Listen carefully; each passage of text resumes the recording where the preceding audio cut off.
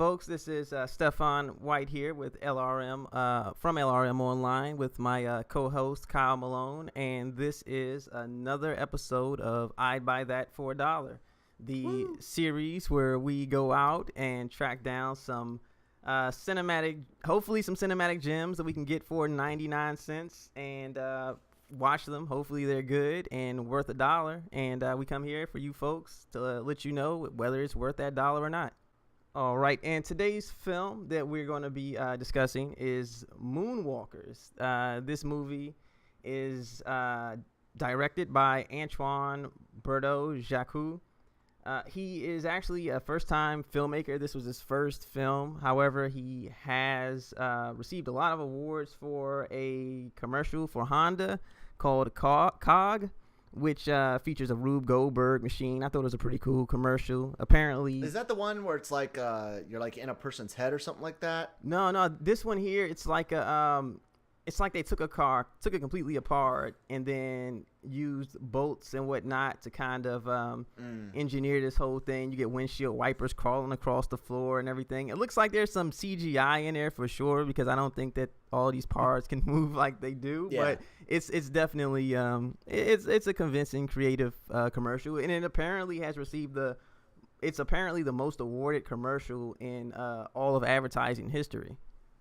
Well, hey, why not? Mark Webb went from directing music videos to doing Amazing Spider-Man for Sony. So why not let a commercial guy come in and do feature films? Yeah, why not? Give him a shot.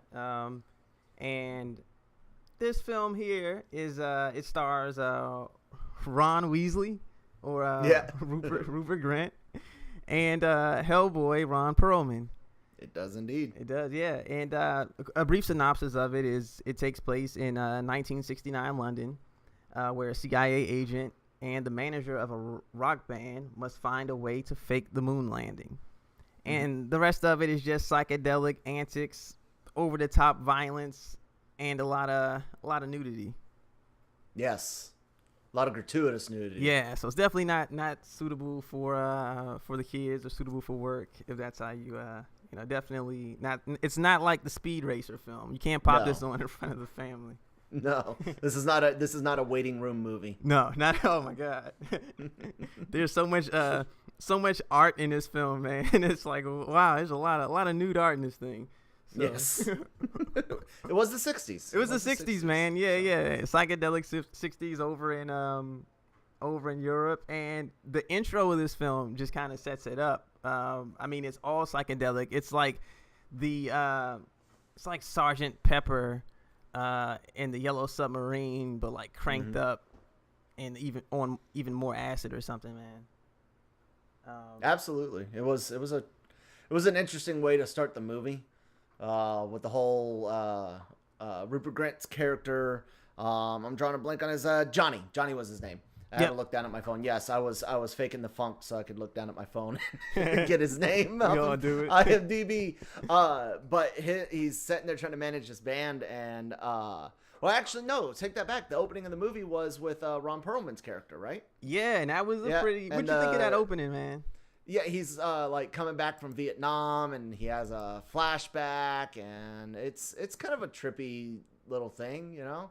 Yeah.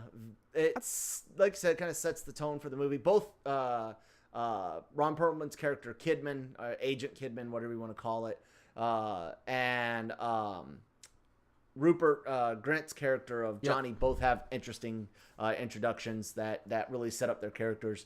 Kidman's this, PTSD ridden military gung ho violent guy, and then Johnny is this completely neurotic, can't stay out of his own way, bumbling band manager.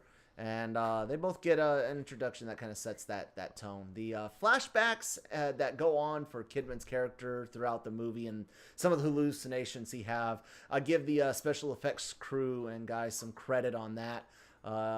Definitely. Oh, yeah. The effects are solid. Yeah. So did you... Go ahead. Did you notice in the opening for Ron Perlman, when he's in that Vietnam jungle, he's wearing his pajamas? He's in his PJs. Yes. Yes, because he's Yeah, I having thought like that a was nightmare. Yeah. Yeah, and he wakes up and it's the pillow and it's torn to pieces. He's a violent dude, man, and it's probably my favorite part of the film. The whole movie was pretty interesting to me. Like you said, they're out there to fake the moon landing just in case. It's not like conspiracy theories where America did fake the moon landing. The government's worried that Neil Armstrong and company might not make it up to the moon safely, and so they don't want if something goes awry, they don't want the Russians to think that we didn't make it, and they don't want to make the American people think we wasted money, things like that. So they reach out for none other than Stanley Kubrik to film a fake moon landing, and I think that plays off of Find the real Stanley conspiracy. Kubrick. Yeah, find the real one. I think that plays off of a conspiracy theory where people really think the government used Stanley Kubrick to film the moon landing. Yeah, definitely. Did you ever read? Did you ever see that quote from former President Bill Clinton's 2004 autobiography, My Life? No. He says, in it. And it probably just fuels the whole conspiracy because he says just a month before Apollo 11, astronaut Buzz Aldrin and Neil Armstrong had left their colleague Michael Collins aboard a spaceship Columbia and walked on the moon. He says that there was an old carpenter that he was talking to, and the carpenter asked Bill Clinton if he believed that they had really went to the moon. And Clinton said yeah, but the carpenter disagreed and said he didn't believe it for a minute and that television fellas could make things look real that weren't. Clinton goes on to say that back then I thought he was a crazy crank, but during his 8 years in Washington, he has seen, or he saw some things that made him wonder if that guy wasn't just ahead of his time. Huh. So there's definitely a lot of stuff here. A lot of fuel on the fire of this conspiracy theory. So it's an interesting conceit for a film.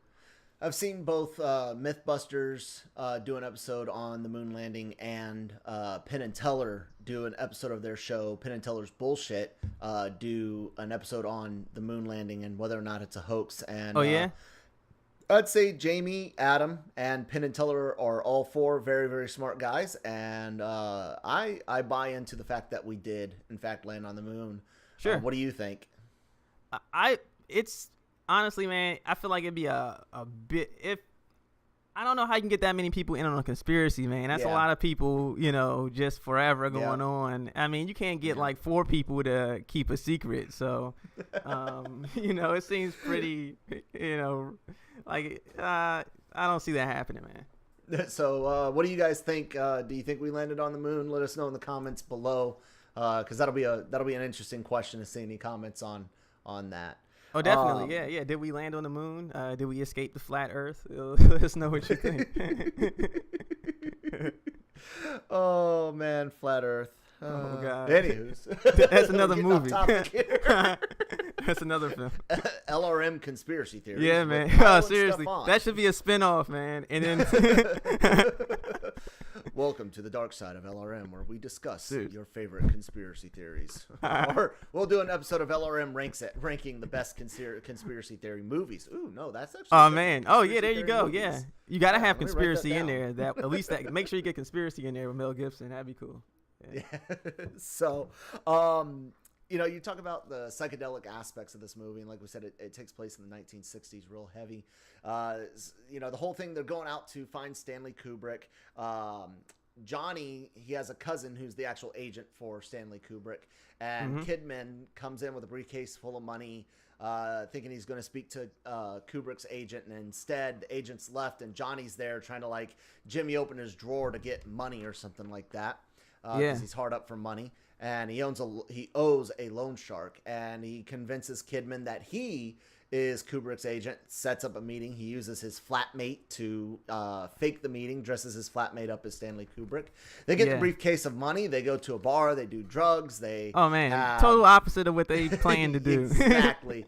Instead of paying off the loan shark, he's like, I was going to see you in the morning. It's like, blows it all on drugs, women, alcohol. You have this great 1960s party scene at a bar, and then he ends up escaping from the loan shark, or no, the loan sharks come the next day. They take the briefcase. Oh man, money. they find that briefcase Yep. and Take they're it. like, there's interest on that. It's like, oh Yep. god.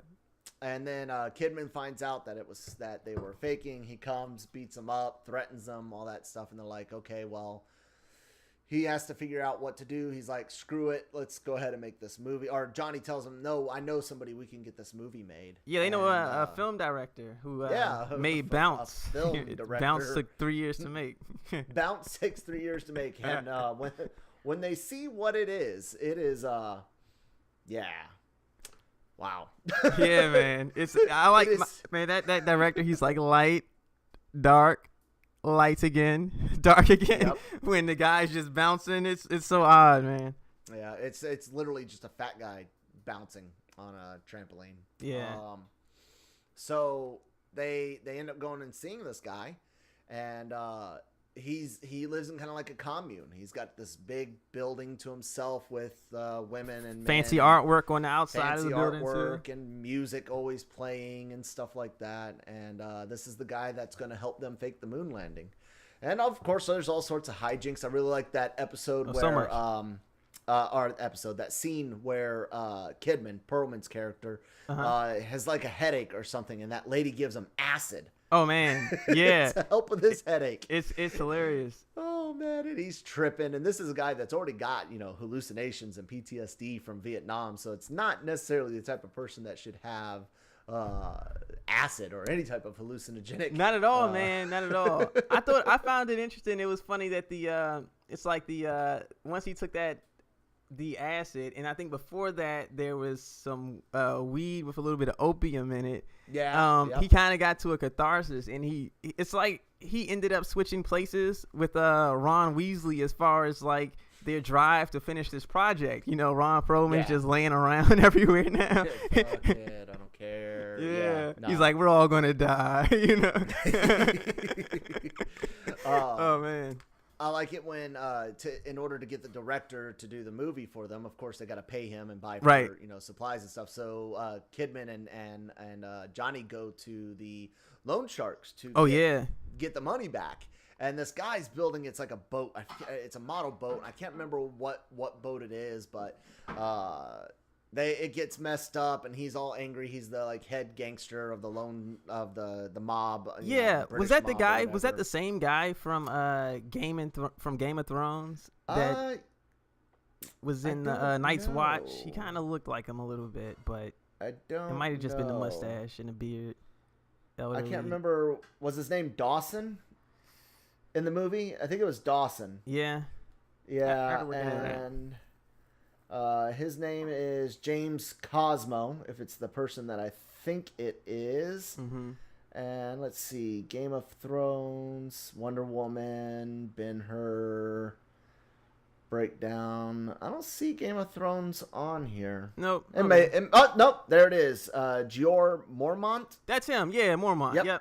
Yep. Okay. That's him. Awesome. Definitely. Cool. 12 episodes between 2011 and 2012 or 13. Yeah, I remember that. So they get the money away from him. They go back to the commune. Oh man, what about that scene though when they like just getting the money? Oh yeah. And violent. that running gag about Ron Perlman's shirt. It's like oh yeah. It's totally out of character. It's real, hippy dippy. Yeah, it's not the manliest shirt on earth. Not at all, man. So I really like that, and it's interesting how the CIA eventually tracks them down. They're like, hey, we know you messed things up, and you're going to we got to still get this done. And so there's CIA agents all over the commune, and then the who is it, the mobsters, the gangsters, whatever you want to call them, the loan shark guys. They find out where they're at as well. So there ends up being this huge gunfight between CIA agents, Ron Perlman's character and Johnny, and the bad guys, the mobsters or whatever you'll have. And so they go off, and all hell breaks loose. It does. What would you rank that gunfight? Like a 1 through 10? Cinematic gunfight? Yeah. On funny and just fun in general because of some of the stuff that happens and yeah, man. Johnny's reaction. It's a good solid 7. Yeah, I say so. As far as actual cinematographic, cinematography wise. Yeah, it's not the greatest. It's not the greatest. No, it's not like Sicario or something like that. Yeah, but it's pretty funny. Like yes. That Absolutely. dude thinks he's winning, and then next thing you know, his head's blown off, and yes. it's like, oh god. Yes.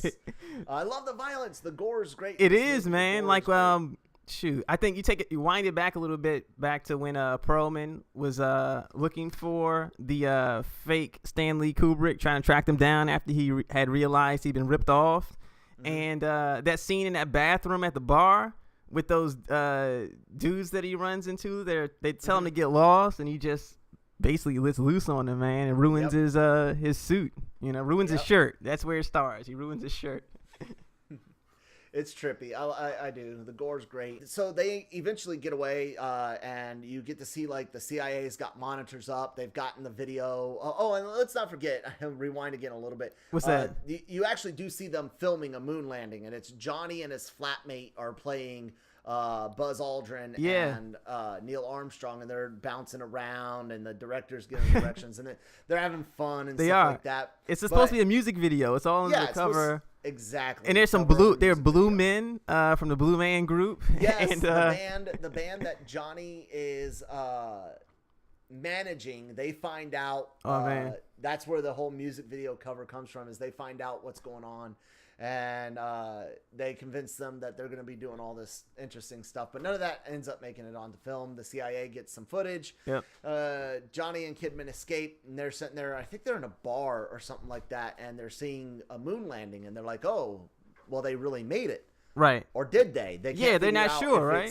If it's their fake video or the real one, which was a cool way to end the movie. I like that. Yeah. It feeds into the whole original plot of the movie. We're going to make this moon landing, this fake one, just in case we don't really make it. So I liked it. Yeah. Definitely. So it's a cool overall, I think I would definitely, if I had to go through it all over again, I'd definitely buy this movie for $1. What do you think?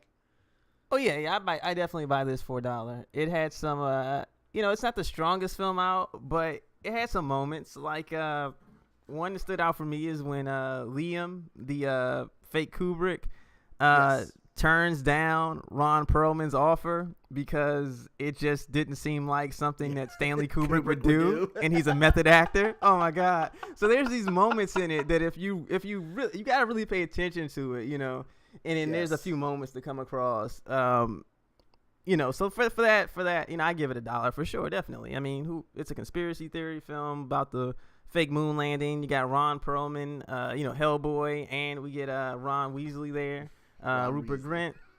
It can't go wrong for $1. Excuse me. Which, if you ask me, Johnny is really just a grown-up Ron Weasley that no longer does magic. Like, right? I don't even think he really changes character too much. He's still neurotic, still always in his way, still making mistakes. Yep. And yeah, definitely, he's a drug doing, smoking adult Ron Weasley that just kind of gave up on magic. No more magic. That's it, man. Yeah, just psychedelics.